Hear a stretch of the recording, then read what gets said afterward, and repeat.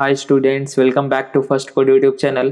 आज इस वीडियो में हम लोग डिस्कस करने वाले कोऑपरेटिव सोसाइटी के बारे में। हमने अपने पिछले के वीडियोज में students sole proprietorship, partnership organisation और जस्ट पिछले वीडियो में हमने डिस्कस किया था ज्वाइंट स्टॉक कंपनी के बारे में। तो यदि आपने उन सारे वीडियोज को नहीं देखा है तो प्लेलिस्ट का लिंक नीचे डिस्क्रिप्शन में दिया गया है, वहां से जाके आप इन सारे वीडियोज को एक्सेस कर सकते हैं। और ये जो पीडीएफ है स्टूडेंट, ये आपको डिस्क्रिप्शन में प्रोवाइड करा दिया जाएगा, तो आप वहां से डाउनलोड कर सकते हैं। समझते हैं हम लोग कि आखिर कोऑपरेटिव सोसाइटी क्या होता है। There are certain organisations which undertake business activities with the prime objective of providing service to the members. यानी कि काफी सारे ऐसे ऑर्गेनाइजेशंस हैं जो कि बिजनेस एक्टिविटीज को परफॉर्म करते हैं with the prime objective of providing service to the members, जिनका मुख्य उद्देश्य क्या होता है कि उनके मेंबर्स को सर्विस प्रोवाइड करना, है ना, यानी उनके हित का ध्यान रखना। मेन उद्देश्य इनका ये होता है, प्रॉफिट कमाना नहीं होता है। Although they also earn some amount of profit, but their main intentions is to look after some common interest of its members. हालांकि ये कुछ प्रॉफिट भी अर्न करते हैं, पर इनका जो मेन इंटेंशन होता है, मुख्य उद्देश्य ये होता है कि अपने मेंबर्स के जो कॉमन इंटरेस्ट हैं, जो सामान्य हित हैं, उनकी देखरेख करना। तो आखिर होता क्या है इसमें? They pool available resources from the members, utilise the same in the best possible manner and share the benefits. ये क्या करते हैं कि अपने मेंबर्स से जो भी रिसोर्सेस अवेलेबल हो सकता है उसको एक जगह एकत्रित करते हैं और उसको बेस्ट पॉसिबल मैनर में यूटिलाइज करते हैं, और जो बेनिफिट्स आता है उसको आपस में शेयर कर लेते हैं। तो आखिर कोऑपरेटिव सोसाइटी क्या होता है स्टूडेंट? कोऑपरेटिव सोसाइटी, अभी हम लोग 3 पॉइंट समझे, इसे हम लोग हिंदी में अच्छे से समझते हैं। कोऑपरेटिव सोसाइटी का हिंदी होता है सहकारी समिति। आप लोग नाम सुने होंगे, काफी जगह पे लिखा हुआ होता है सहकारी समिति। इसका मतलब क्या होता है? नाम से आपको देखिए, कोऑपरेटिव जो है ना, ये कोऑपरेशन से बना है। ठीक है, पहले हम लोग अगर डेफिनेशन पढ़ लें तो ज्यादा अच्छे तरीके से समझ में आएगा। तो अगर डेफिनेशन की बात करें तो the term cooperation is derived from the Latin word cooperari. जो कोऑपरेशन वर्ड है स्टूडेंट, ये लैटिन वर्ड से डिराइव किया गया है, cooperari, where the word co means with. Co का मतलब क्या होता है? With. And operari means work, और ओपेररी मीन्स क्या होता है? वर्क, यानी कि साथ में काम करना। thus the term cooperation means working together.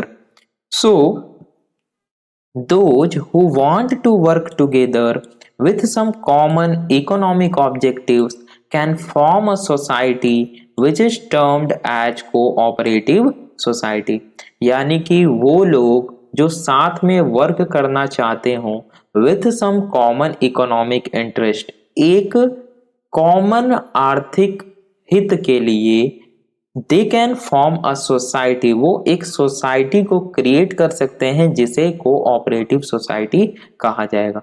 Okay, तो वापस से हम लोग आ जाते हैं कोऑपरेटिव सोसाइटी के एक्सप्लेनेशन पे। यहाँ पे क्या कहा जा रहा था कि ये क्या करते हैं? Pool available resources. तो इसे समझने के लिए हम लोग क्या एक एग्जांपल लेते हैं। जैसे मान लिया जाए, अगर हम बात करें समुद्र तटीय क्षेत्र की, तो वहां पे काफी सारे मछुआरे रहते हैं। उन्हें क्या करना होता है? मछली पकड़ना होता है। तो वो क्या करते हैं? किनारे से पकड़ते हैं। लेकिन अगर उनके पास एक नाव हो और वो थोड़ा आगे जाके अगर पकड़े, ठीक है, क्योंकि गहरा होता है, तैर के तो पकड़ नहीं सकते, अगर नाव हो आगे जाके पकड़े तो वो काफी ज्यादा अमाउंट में पकड़ सकते हैं ना, फिर उसे बेच सकते हैं, प्रॉफिट अर्न कर सकते हैं। लेकिन एक इंडिविजुअल जो फिशरमैन होता है, उसके पास इतना इकोनॉमिक कैपेसिटी नहीं होता है कि वो एक नाव को खरीद सके। यहाँ पे क्या हो सकता है कि काफी सारे मछुआरे, सारे मछुआरों को नाव की जरूरत है, वो सारे एक साथ मिलकर आए, जो भी पैसे हो उसको इकट्ठा करें और उसके बाद एक नाव खरीदें और सब लोग उसका इस्तेमाल करें आपस में। तो यहाँ पे क्या हुआ? एक कोऑपरेटिव सोसाइटी फॉर्म हुआ, है ना। जो भी हो सकता है, वो लोग जो भी कोऑपरेटिव सोसाइटी का नेम दे, एक तरह से मैं आपको एग्जांपल दे रहा हूं। यहाँ पे क्या हुआ? उन्होंने अपने जो रिसोर्सेस थे उनके पास, इंडिविजुअल रिसोर्सेस, वो पैसा हो सकता है, जो भी हो, उन्होंने इकट्ठा किया रिसोर्सेज को पूल अवेलेबल किया, उसके बाद उन्होंने क्या किया, उसको बेस्ट पॉसिबल वे में यूटिलाइज किया, यानी कि उससे एक नाव खरीदा एंड शेयर द बेनिफिट्स, और जो बेनिफिट्स हुआ यानी सारे लोग उसका यूज कर रहे हैं तो जो बेनिफिट हो रहा है उन्होंने क्या किया कि उसको डिस्ट्रीब्यूट कर दिया आपस में। ठीक है, एक तो ये एग्जांपल हो सकता है। So these organisations are known as cooperative society. तो इस तरह से कोऑपरेटिव सोसाइटी फॉर्म होता है, यानी कि कोऑपरेटिव सोसाइटी का मतलब क्या होता है कि वैसे लोग आपस में जुड़ते हैं जिनका की कॉमन इकोनॉमिक ऑब्जेक्टिव होता है, यानी कि उनका इकोनॉमिक ऑब्जेक्टिव कॉमन होता है, जो आर्थिक उनका लक्ष्य है वो सेम, तभी वो आपस में जुड़ सकते हैं और कोऑपरेटिव सोसाइटी फॉर्म कर सकते हैं। आगे हम लोग पढ़ेंगे तो और अच्छे से समझ में आएगा, हम लोग काफी सारे एग्जांपल्स भी देखने वाले आज, तो बने रहिए वीडियो में। और आगे बढ़ने से पहले मैं अपने व्यूअर से रिक्वेस्ट करना चाहता हूं, यदि आपने चैनल को अभी तक सब्सक्राइब नहीं किया है तो please subscribe the channel and press the bell icon so that you will get the latest notification. Okay, so अगर हम बात करें कुछ अदर पॉइंट्स की, तो it works on the principle of self help and mutual help. जो cooperative society है ये सेल्फ हेल्प और म्यूचुअल हेल्प के प्रिंसिपल पे वर्क करता है। सेल्फ हेल्प मीन्स क्या कि खुद की मदद करना, म्यूचुअल हेल्प मीन्स क्या, सारे लोग मिल करके एक तरह से काम करना। So the primary objective is to provide support to the members. Cooperative society का प्राइमरी ऑब्जेक्टिव क्या होता है, मुख्य उद्देश्य क्या होता है, अपने मेंबर्स को सपोर्ट प्रोवाइड करना। People come forward as a group, pool their individual resources, utilize them in the best possible manner and derive some common benefits out of it। लोग क्या करते हैं, जैसा कि हमने पढ़ा, वो एक ग्रुप का फॉर्मेशन करते हैं, अपने इंडिविजुअल रिसोर्सेज को पूल करते हैं, जमा करते हैं, बेस्ट पॉसिबल मैनर में उसका यूटिलाइजेशन करते हैं और जो बेनिफिट्स आता है उसको आपस में डिस्ट्रीब्यूट करते हैं। ठीक है, So the section 4 of the Indian Cooperative Societies Act 1912 defines cooperative society as a society which has its objective for the promotion of economic interest of its members in accordance with cooperative principles। यानी कि Indian cooperative societies act 1912 के section 4 के अनुसार cooperative society को एक society का दर्जा दिया गया है जिसका कि एक अपना ऑब्जेक्टिव हो सकता है, यानी कि एक अपना उद्देश्य हो सकता है for the promotion of economic interest of its members, जो कि क्या करेगा, अपने मेंबर्स का यानी जो उसके सदस्य हैं उसके इकोनॉमिक इंटरेस्ट को, उनके आर्थिक हित को प्रमोट करेगा in accordance with cooperative principal. जो कोऑपरेटिव प्रिंसिपल्स है उसके अनुसार, है ना, उसके लिमिट में रह करके। यानी कि इस पॉइंट को अगर हम लोग फिर से समझना चाहें तो फिर से समझ सकते हैं कि इंडियन कोऑपरेटिव सोसाइटी एक्ट 1912 के सेक्शन 4 के अनुसार ये बताया गया है कि कोऑपरेटिव सोसाइटी एक सोसाइटी है जो कि कोऑपरेटिव प्रिंसिपल्स के लिमिट में रह करके अपने जो सदस्य हैं उसके आर्थिक हितों को प्रमोट कर सकती है। ठीक है, नाउ अब हम लोग समझते हैं characteristics of cooperative society. Cooperative society के क्या क्या कैरेक्टरिस्टिक्स हैं। The first one is voluntary association. Yes, और ये सबसे बोल सकते हैं महत्वपूर्ण कैरेक्टरिस्टिक्स है। मीन्स यहाँ पे क्या होता है, members join the cooperative society voluntarily. जो सदस्य होते हैं कोऑपरेटिव सोसाइटी के वो अपनी स्वेच्छा से ज्वाइन करते हैं, सदस्यता ग्रहण करते हैं। Means by their own choice persons having common economic objective can join the society as and when they like. यानी कि वैसे लोग जिनका एक कॉमन इकोनॉमिक ऑब्जेक्टिव होता है, जैसे सारे मछुआरे, उनका इकोनॉमिक ऑब्जेक्टिव क्या है, एक ही है, उद्देश्य तो एक ही है कि मछली पालन से क्या करना है, पैसे कमाना है। अगर आप फार्मर्स की बात करें, एग्रीकल्चर, तो उनका मुख्य उद्देश्य क्या है कि एग्रीकल्चर से उनका क्या हो रहा है, इकोनॉमी उनका जुड़ा हुआ है। तो वो सारे क्या कर सकते हैं, अपना एक कोऑपरेटिव सोसाइटी बना सकते हैं, और काफी सारे हैं कोऑपरेटिव सोसाइटी एग्रीकल्चर से जुड़े। ठीक है, तो यानी कि जिनका कॉमन इकोनॉमिक ऑब्जेक्टिव होता है वो क्या करते हैं, ज्वाइन कर सकते हैं उस सोसाइटी को as and when they like, जब उनका इच्छा हो तब, continue as long as they like, और जब तक उनकी इच्छा हो तब तक उस सोसाइटी का हिस्सा रह सकते हैं, and leave the society and when they want, और उस सोसाइटी की सदस्यता से हट सकते हैं, यानी कि मेंबर पद से हट सकते हैं जब उनका इच्छा हो तब, यानी कि ये वॉलंटरी एसोसिएशन होता है। यहाँ पे आपको जबरदस्ती ना ही ज्वाइन करवाया जाएगा, ना ही जबरदस्ती आपको बाहर निकाला जाएगा। हाँ, जब आप यहाँ से लीव कर रहे हैं तो मे भी ऐसा यहाँ पे आपको बोला जा सकता है कि अभी 15-20 दिन आपको रुकना होगा, तब आपको लीव करना होगा। ये थोड़ा बहुत यहाँ पे मीन्स उनके अपने रूल्स एंड रेगुलेशंस ऑर्गेनाइजेशन के हो सकते हैं, कोऑपरेटिव सोसाइटी के, लेकिन यहाँ पे ऐसा नहीं है कि आपको जबरदस्ती ज्वाइन करवा दिया गया या आपको जबरदस्ती निकाल दिया गया, ऐसा नहीं होगा। स्वेच्छा से आना है और स्वेच्छा से जाना है। The second one is open membership. Yes, जैसा कि हम लोगों ने पढ़ा वॉलेंटरी एसोसिएशन है तो मेंबरशिप सारे लोगों के लिए ओपन है, यानी कि the membership is open to all those having a common economic interest. जिन लोगों का कॉमन इकोनॉमिक इंटरेस्ट है उनके लिए मेंबरशिप हमेशा ओपन है। Any person can become a member irrespective of his or her caste, creed, religion, colour, sex etcetera, यानी कि कोई भी पर्सन इररिस्पेक्टिव ऑफ उसका जाति क्या है, पंथ क्या है, धर्म क्या है, रंग क्या है या लिंग क्या है, इसके आधार पे भेदभाव नहीं किया जाएगा, सारे लोगों के लिए मेंबरशिप ओपन होता है। The next one is number of members. Yes, और जिससे एग्जाम में क्वेश्चंस पूछे जाते हैं कि कोऑपरेटिव सोसाइटी में मिनिमम और मैक्सिमम कितने नंबर्स हो सकते हैं। So a minimum of 10 members are required to form a cooperative society. अगर एक कोऑपरेटिव सोसाइटी को क्रिएट करना है तो मिनिमम 10 मेंबर्स चाहिए होंगे।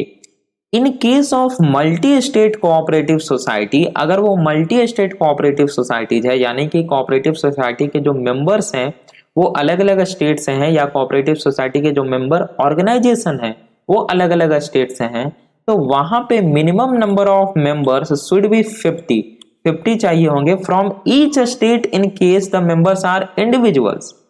इस पॉइंट को ध्यान से समझना है। देखिए जो यहां से लिखा हुआ है इन केस से लेकर के और इंडिविजुअल्स तक, देखिए ये कहना क्या चाह रहा है।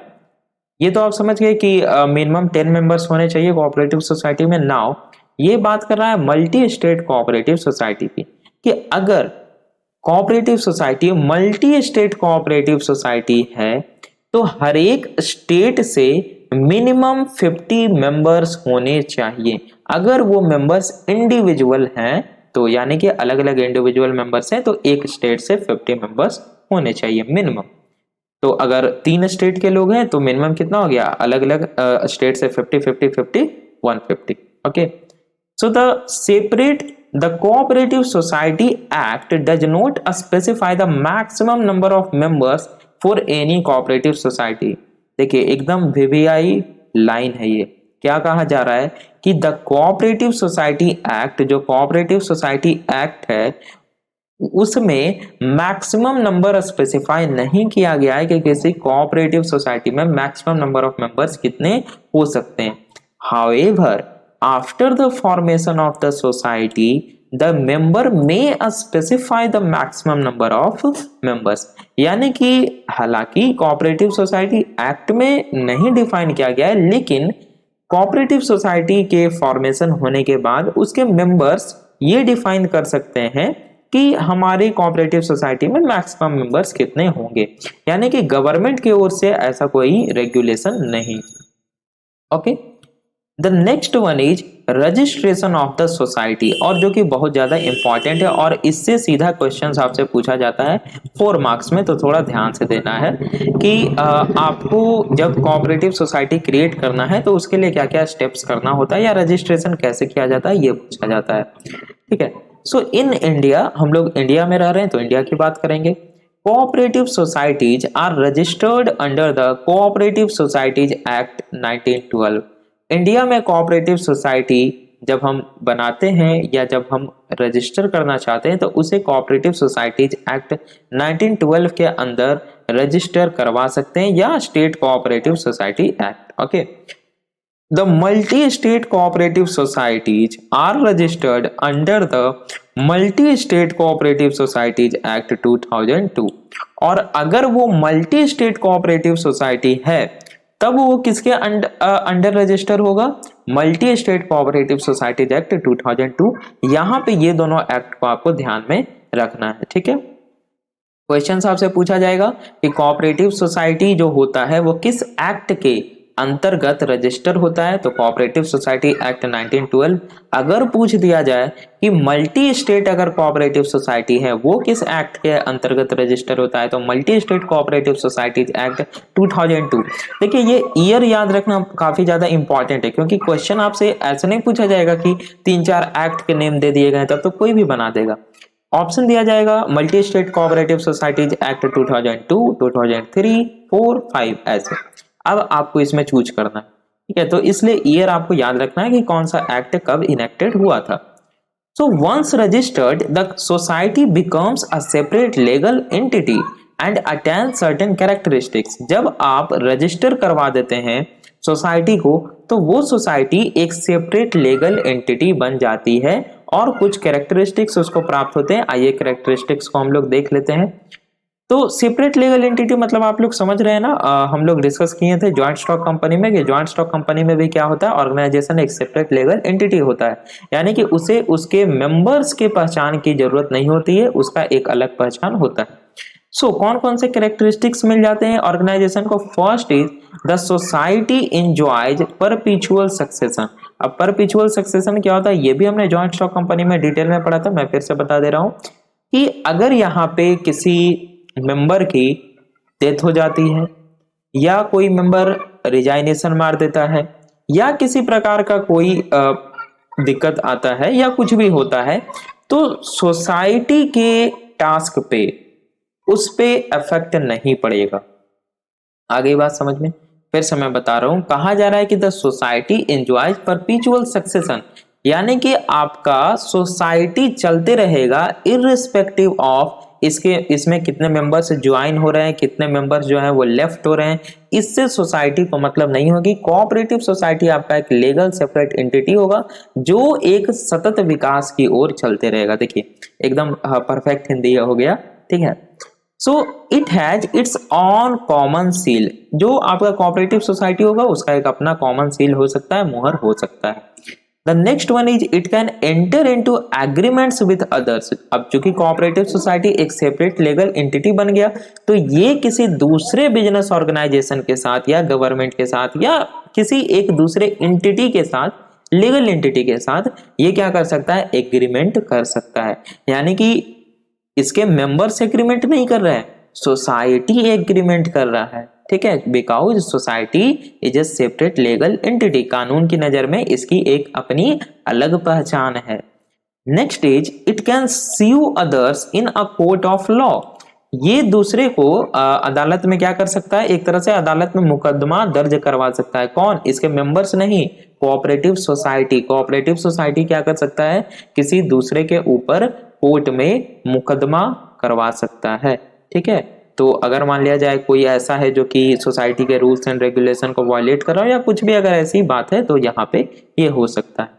The next one is it can on properties in its name, यानी कि जो कोऑपरेटिव सोसाइटी है जब आप उसको रजिस्टर करवा देते हैं तो वो एक सेपरेट लीगल एंटिटी बन जाती है और वो अपने नाम पे प्रॉपर्टीज को अक्वायर कर सकती है। यानी वो जो प्रॉपर्टी होगा, अगर मान लिया जाए लैंड खरीदती है तो वो लैंड किसी मेंबर्स के नाम से नहीं लिया जाएगा। ऐसा नहीं है कि किसी इंडिविजुअल मेंबर के नाम से लिया गया, नहीं, वो लैंड इस सोसाइटी के नेम्स पे होगा। यानी कि वो जमीन किसका रहेगा, वो सोसाइटी का होगा। अगर कोई भी एसेट्स लिया गया तो वो कोऑपरेटिव सोसाइटी के नेम पे लिया जाएगा, यानी कि वो सोसाइटी का है, किसी मेंबर का नहीं है, because society becomes a separate legal entity. I hope आप लोग समझ गए होंगे। The next characteristics is state control. Yes, एक तरह से ये आप डिसएडवांटेज बोल सकते हैं या एडवांटेज भी इसे बोल सकते हैं स्टेट कंट्रोल को। कैसे हम लोग देखेंगे, ठीक है। Since registration of cooperative societies is compulsory, every cooperative society comes under the control and supervision of the government।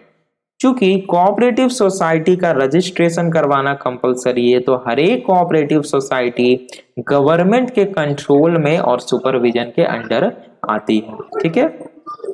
The cooperative department keeps a watch on the functioning of the society.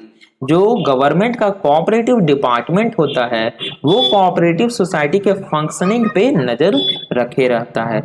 Every society has to get its accounts audited from the cooperative department of the government. हर एक जो society होगी उसको अपने accounts को क्या करना होगा, कोऑपरेटिव डिपार्टमेंट से ऑडिट कराना होगा। ऑडिट मतलब आप लोग जान रहे हो ना, ये कॉमर्स की खैर चीजें हैं। ऑडिट कराना मतलब होता है कि जो क्या बोल सकते हैं इसको हिंदी में, जैसे अकाउंट्स ऑडिट कराना होता है, लेखा जोखा जो होता है ना, मतलब कितना पैसा आया, कितना अर्न हुआ, क्या प्रॉफिट हुआ, पूरा वो, ठीक है, ऑडिट कराना। Next is capital. Capital means पूंजी। The capital of the cooperative society is contributed by its members.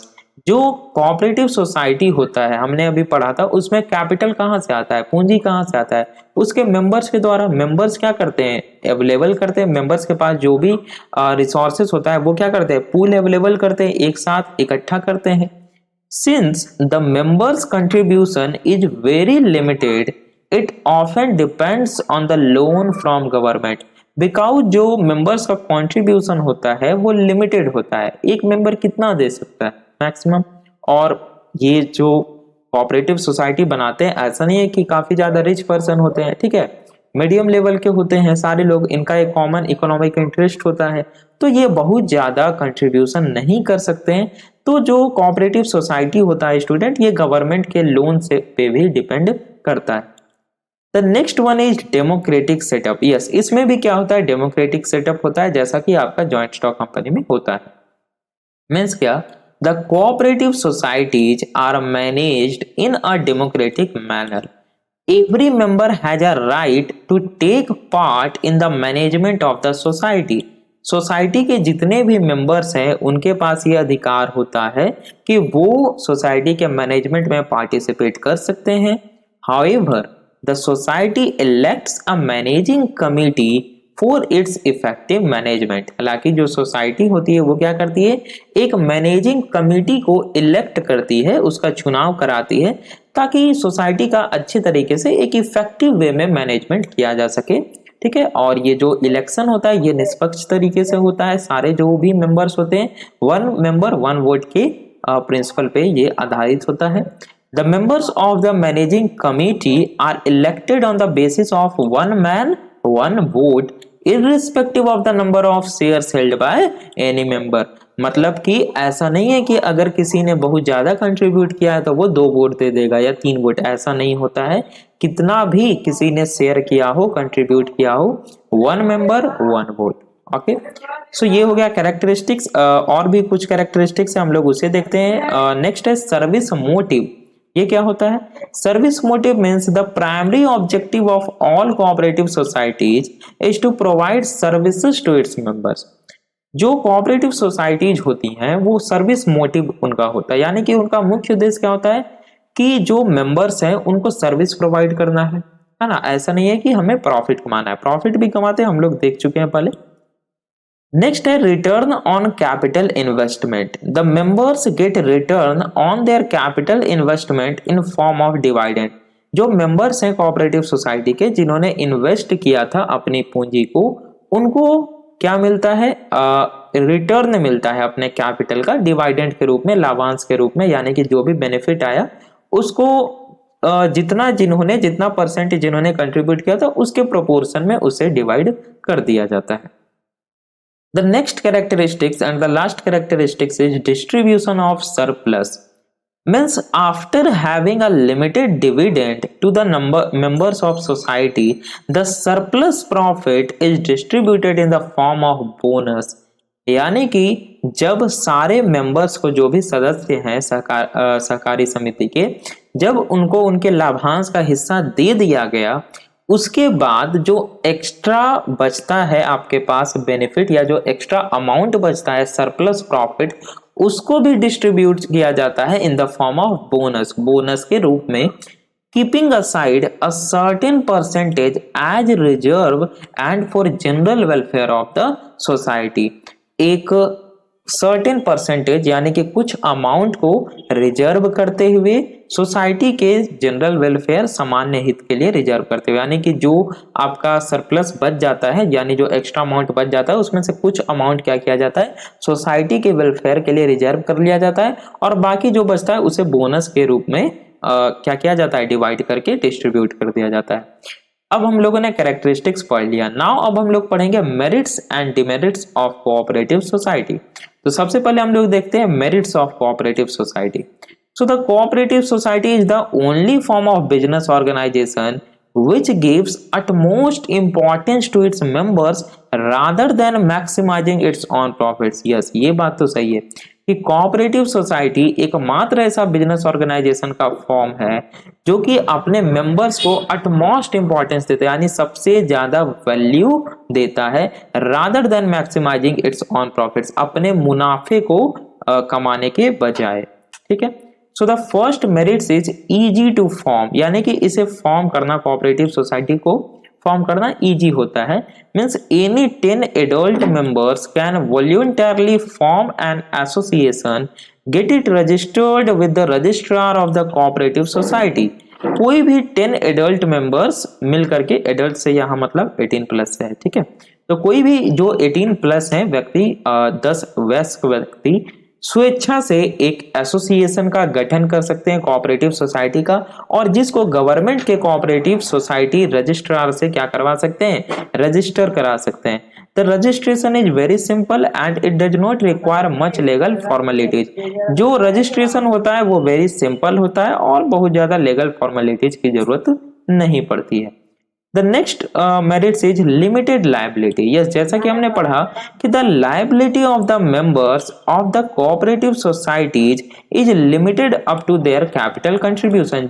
जितना उन्होंने अपना कंट्रीब्यूट किया, जितना कैपिटल इन्होंने कंट्रीब्यूट किया उतने हिस्से के लिए ही वो लायबल होते हैं, उनकी लायबिलिटी लिमिटेड होती है। ठीक है, ऐसा नहीं है कि अगर कोऑपरेटिव सोसाइटी जो है वो लोन में डूबा हुआ है तो जो मेंबर्स है उनके इंडिविजुअल्स उनसे जो है वो लोन चुकाया जा रहा है, ऐसा नहीं होता है।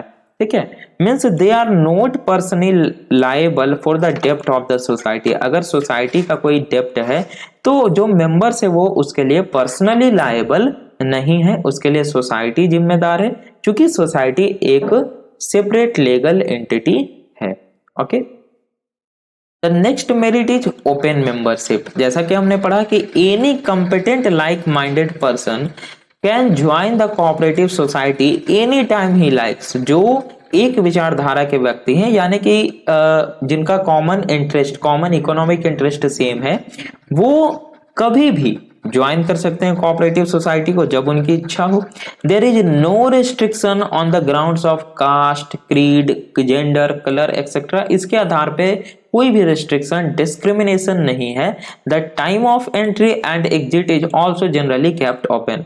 जो आप एंट्री का टाइम, एग्जिट का टाइम है, यानी कब आप ज्वाइन करना चाहते हैं और कब आप सोसाइटी से लीव करना चाहते हैं, ये आप पे डिपेंड करता है। The next merit is state assistance. means the need for country's growth has necessitated the growth of the economic status of the weaker sections।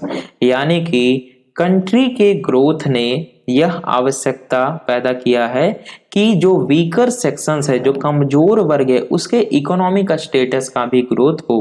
यानी कि जब वीकर सेक्शन, कमजोर वर्ग जिनकी आर्थिक स्थिति कमजोर है, जब उनका विकास होगा तभी देश का विकास होगा।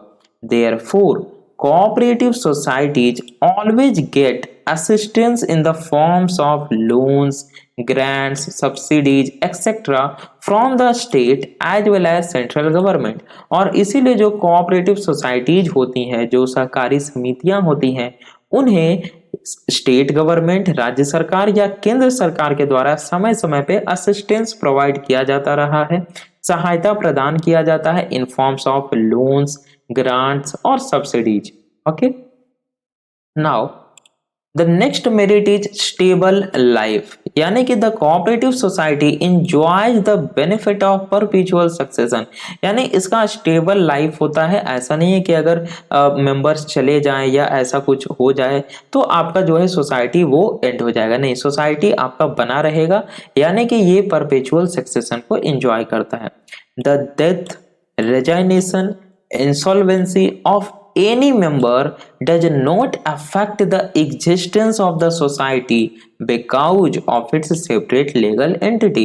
because सोसाइटी एक सेपरेट लीगल एंटिटी है, किसी भी मेंबर का डेथ, रिजाइनेशन, इंसॉल्वेंसी इसके एग्जिस्टेंस पे कोई इफेक्ट नहीं डालता है। The next merit is tax concession. Means क्या? To encourage people to form cooperative societies the government generally provides tax concessions and exemptions which keep on changing from time to time. यानी कि cooperative society को buildup करने के लिए, लोगों को उत्साहित करने के लिए गवर्नमेंट क्या करती है, जनरली सामान्य तौर पर जो कोऑपरेटिव सोसाइटी का टैक्स होता है, कर होता है, उसमें छूट प्रदान करती है, रियायतें प्रदान करती है, जो कि जिसमें समय समय पे बदलाव होते रहते हैं। And the next merit is democratic management. जैसा कि हम जानते हैं कि the cooperative societies are managed by the managing committee. Managing committee के द्वारा कोऑपरेटिव सोसाइटी को मैनेज किया जाता है, which is elected by the members. जिनका इलेक्शन किनके द्वारा किया जाता है? मेंबर्स के द्वारा। मेंबर्स उन्हें इलेक्ट करते हैं, उनका चुनाव करते हैं। The members decide their own rules and regulations within the limits set by the law. जो कोऑपरेटिव सोसाइटी के मेंबर्स हैं वो कानून के दायरे में रह के क्या करते हैं, अपने रूल्स एंड रेगुलेशंस को सेट कर सकते हैं। तो यहाँ पे एक डेमोक्रेटिक वातावरण बना रहता है, माहौल होता है। अब हम लोग बात कर लेते हैं limitations of cooperative society. Okay, तो लिमिटेशन क्या क्या है? फर्स्ट इज लिमिटेड कैपिटल, यानी कि यहाँ पे जैसा हमने देखा कि कैपिटल लिमिटेड होता है। क्यों लिमिटेड होता है? क्योंकि जो वीकर सेक्शन है वो बेसिकली कोऑपरेटिव सोसाइटी को बिल्डअप करते हैं, तो बहुत ज्यादा अमाउंट नहीं कलेक्ट हो पाता है, क्योंकि जो कैपिटल होता है कोऑपरेटिव सोसाइटी का वो पूल जमा किया जाता है, रिसोर्स इंडिविजुअली जमा किया जाता है मेंबर्स के द्वारा, इसीलिए यहाँ पे लिमिटेड होता है।